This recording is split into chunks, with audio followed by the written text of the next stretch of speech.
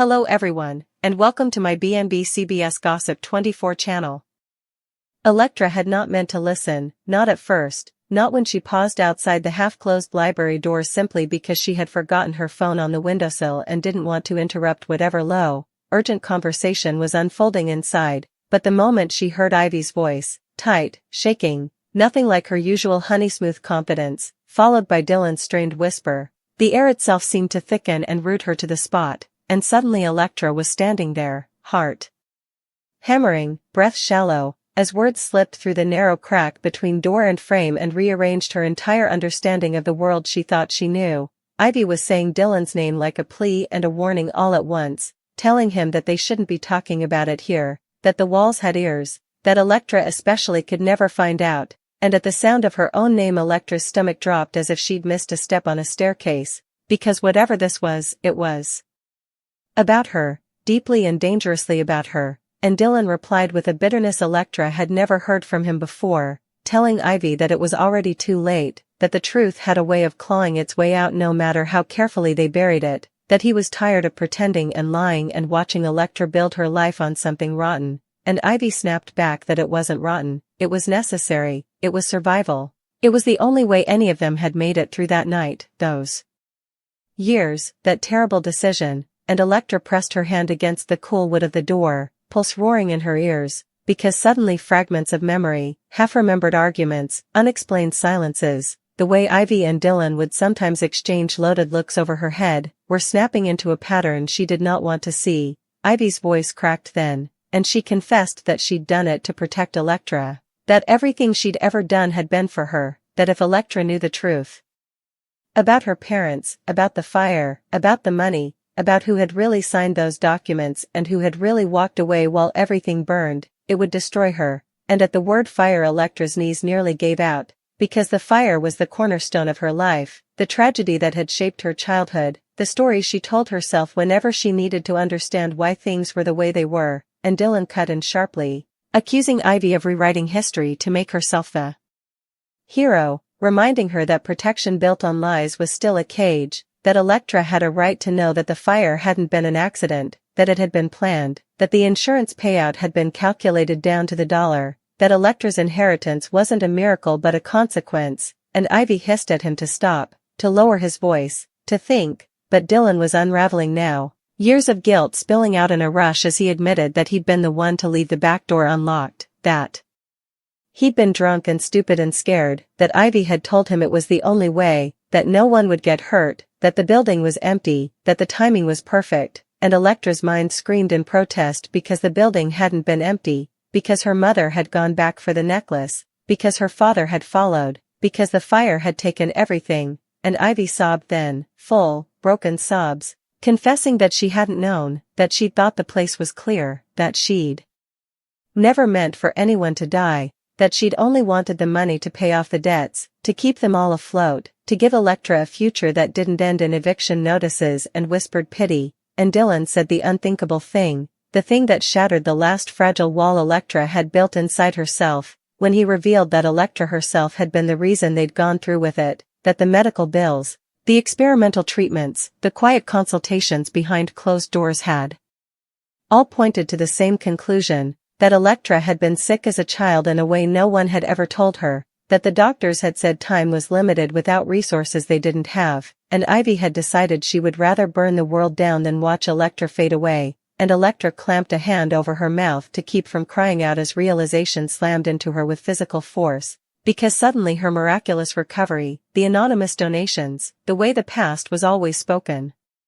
about in careful, curated phrases made horrifying sense. Inside the room Ivy was begging Dylan to remember why they'd kept the secret, to remember the promise they'd made over ashes and sirens that Electra would never carry this, that she would never know her life had been paid for in blood and fire, and Dylan replied that promises made in smoke didn't hold forever, that every time Electra talked about justice or truth or her parents' legacy it felt like a knife twisting deeper, and that he couldn't keep watching her love Ivy like a savior when she was also the architect of her worst loss. And Electra felt something inside her split cleanly in two, the past and the present tearing apart, because Ivy was her anchor, her constant, the person who had raised her, guided her, loved her fiercely, And now that love was inseparable from a betrayal so vast it eclipsed everything else, Ivy whispered that she would tell Electra one day, someday, when she was stronger, when it wouldn't ruin her. And Dylan said there was no day when this wouldn't ruin her, only days when the lie would grow heavier. And then Ivy said the final, most devastating thing of all, that if Electra ever found out she would lose her forever, that Electra would never forgive her. And in that moment Electra understood with crushing clarity that the life she had lived was a carefully constructed illusion, that her choices, her values, even her survival were bound up in a secret so unthinkable it poisoned every memory it touched. And as Ivy and Dylan fell into exhausted, miserable silence inside the room, Electra backed away from the door, tears streaming down her face, knowing she could never unhear what she had heard, knowing that the girl who believed in simple tragedies and clean lines between good and evil was gone, replaced by someone standing in the wreckage of a truth that changed everything, because now she knew that love could be monstrous, that salvation could be bought with sin, and that the people she trusted most in the world were both her guardians and the authors of her greatest pain. And as she slipped away unheard, heart shattered but mind burning with a terrible new clarity, Electra realized that the secret she had discovered was not just about the past, it was a reckoning that would define every choice she made from this moment on. Electra did not remember how she made it back to her room, only that the hallway light seemed too bright and too dim at the same time.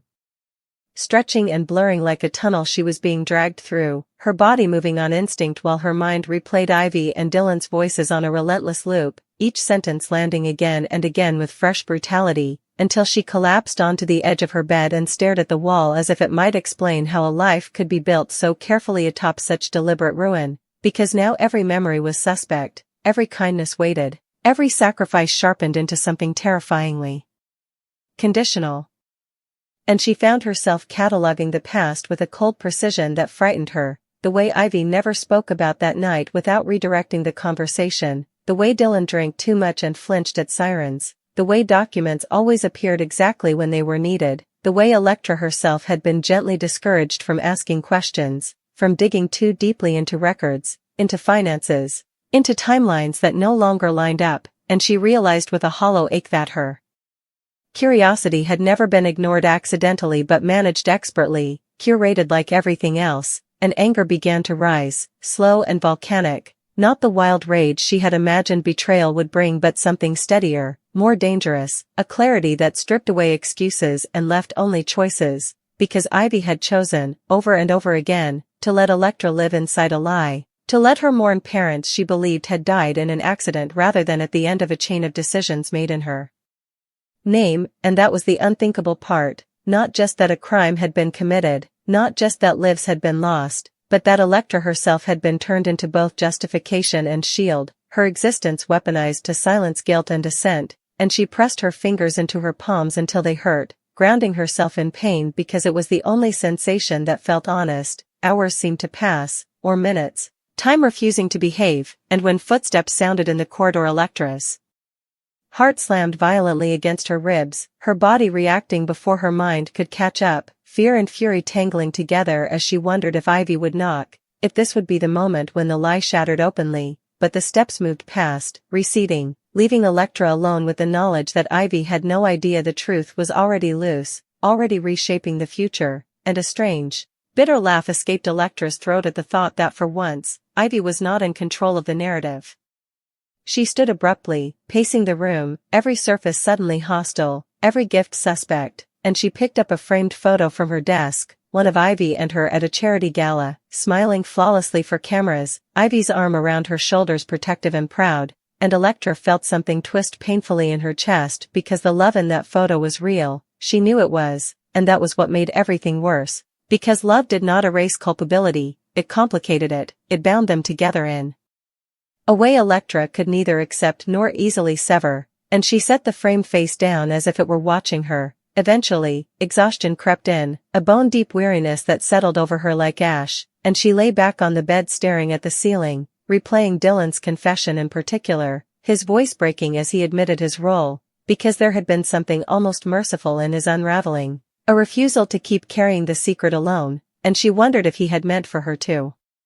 hear, if some part of him had known she was close, had hoped the truth would finally escape them both, and that thought lodged uncomfortably in her mind, because it suggested that this revelation was not just an accident but an inevitability. Sleep, when it came, was fractured and merciless, filled with smoke and locked doors and voices calling her name, and she woke with a gasp, dawn creeping weakly through the curtains, her decision already half-formed before she fully acknowledged it.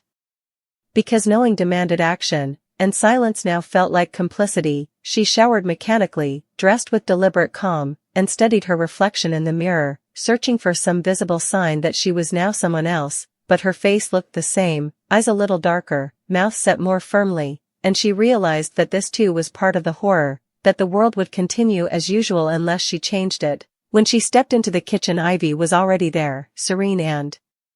efficient, pouring coffee as if nothing in the universe were out of place, and the normalcy hit Electra like a slap, the audacity of it almost breathtaking, and for a moment she simply watched Ivy move, noting every familiar gesture, every habit she had once found comforting, and Ivy smiled when she noticed her, that same warm, practiced smile, asking if Electra had slept well, and something inside Electra hardened decisively, because the lie was active, ongoing, spoken into the present with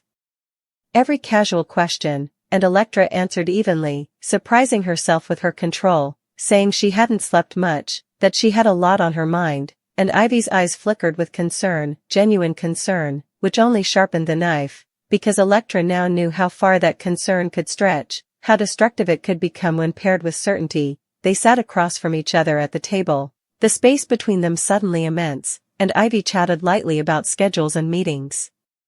and plans, while Electra nodded and sipped her coffee, each swallow bitter, every word Ivy spoke echoing with everything she wasn't saying, and Electra realized with a detached sense of awe that Ivy truly believed she was protecting her still, that even now, after everything, Ivy would justify her silence as love, and that realization brought with it a terrible calm, because it clarified what Electra was up against. Not a villain who could be confronted and defeated, but a guardian who believed utterly in her own righteousness. When Dylan's name came up casually in conversation, Electra felt the air shift, Ivy's posture stiffening almost imperceptibly, and Electra wondered if Ivy sensed the change, if some instinct was already warning her that the secret was no longer safe, and Electra excused herself soon after, claiming an appointment, unable to sit there any longer without screaming. Outside, the world felt surreal in its indifference, cars passing, people laughing, the sky in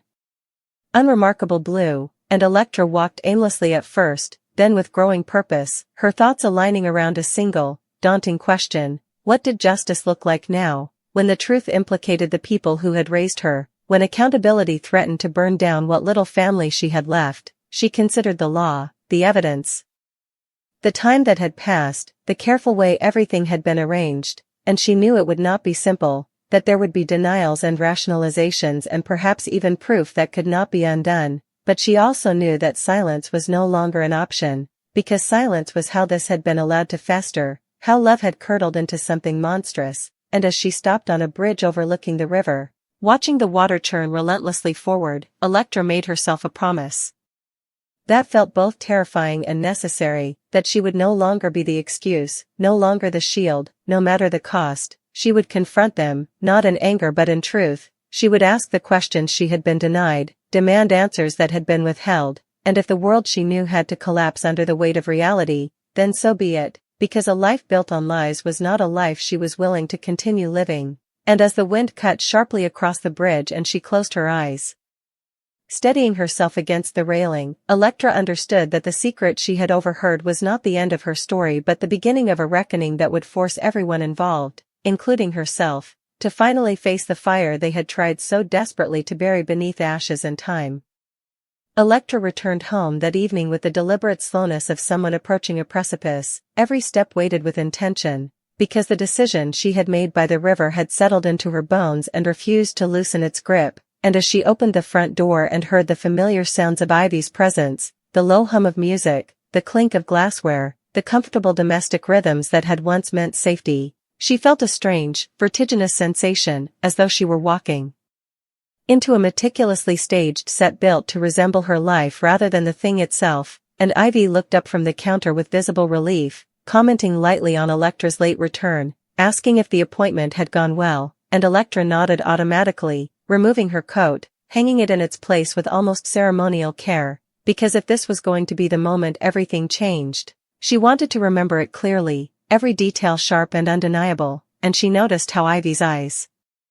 tracked her movements, how attuned she still was, how instinctively protective, and Electra felt the old reflex to soften, to reassure, to preserve the peace, but she resisted it, holding herself steady as she asked, casually at first, where Dylan was, and the question landed like a stone dropped into still water, Ivy's smile faltering just a fraction, her answer too quick, too rehearsed, saying he'd left earlier, had things to do, and Electra let the silence stretch, letting the weight of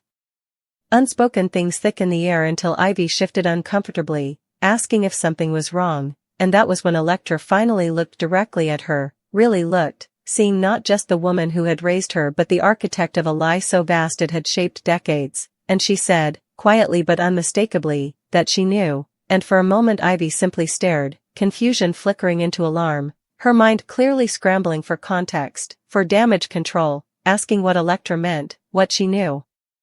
And Electra felt an unexpected surge of grief at how human Ivy looked then, stripped of her composure, suddenly vulnerable, but she pressed on, because mercy without truth was just another lie, and she told Ivy she had heard the conversation, all of it, the fire, the money, the planning, Dylan's role, Ivy's justification, and the words hung between them, irrevocable, and Ivy's face drained of color as if the blood itself were retreating from the truth, her mouth opening and closing soundlessly.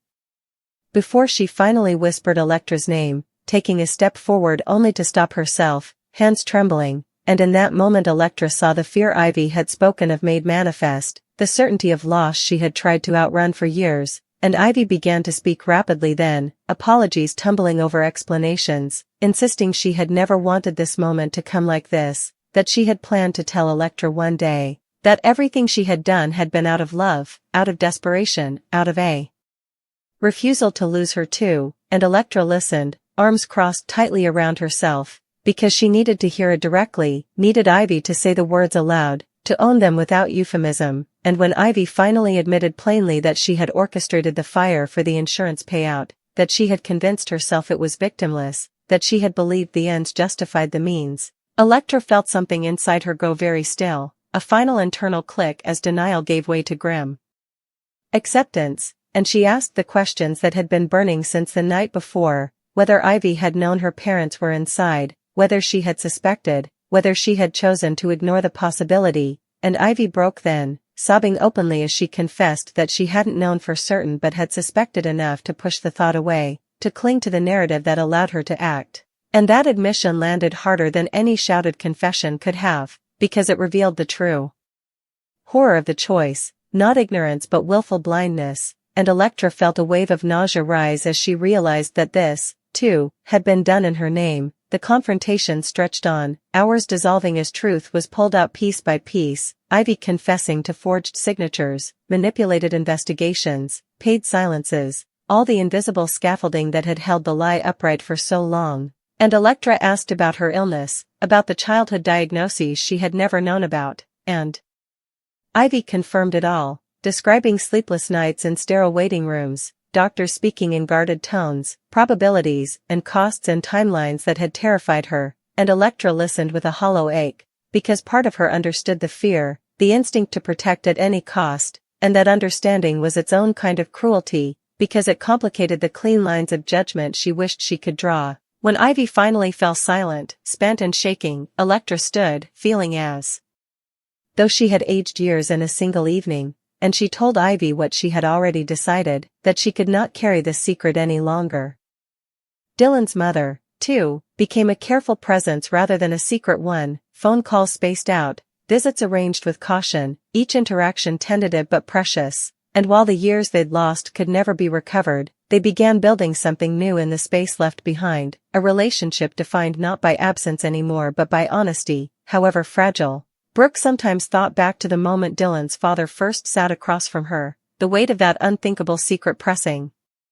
her into silence, and she realized that while it had nearly broken her, it had also changed her in ways she couldn't undo, teaching her that love isn't proven by comfort alone but by what you're willing to carry when things become unbearable, and Dylan, in turn, learned that anger didn't make him cruel and vulnerability didn't make him weak, that he could demand the truth and still choose compassion. On an ordinary evening months later, as they cooked dinner together and argued lightly over music, Dylan paused, looking at Brooke with an expression that was steady and sure, and thanked her, not for keeping the secret, but for finally trusting him with the truth. And in that moment Brooke understood that being left speechless once had led her here, to a life where words mattered more than ever, where nothing was guaranteed, but everything was chosen, deliberately and bravely, one honest breath at a time.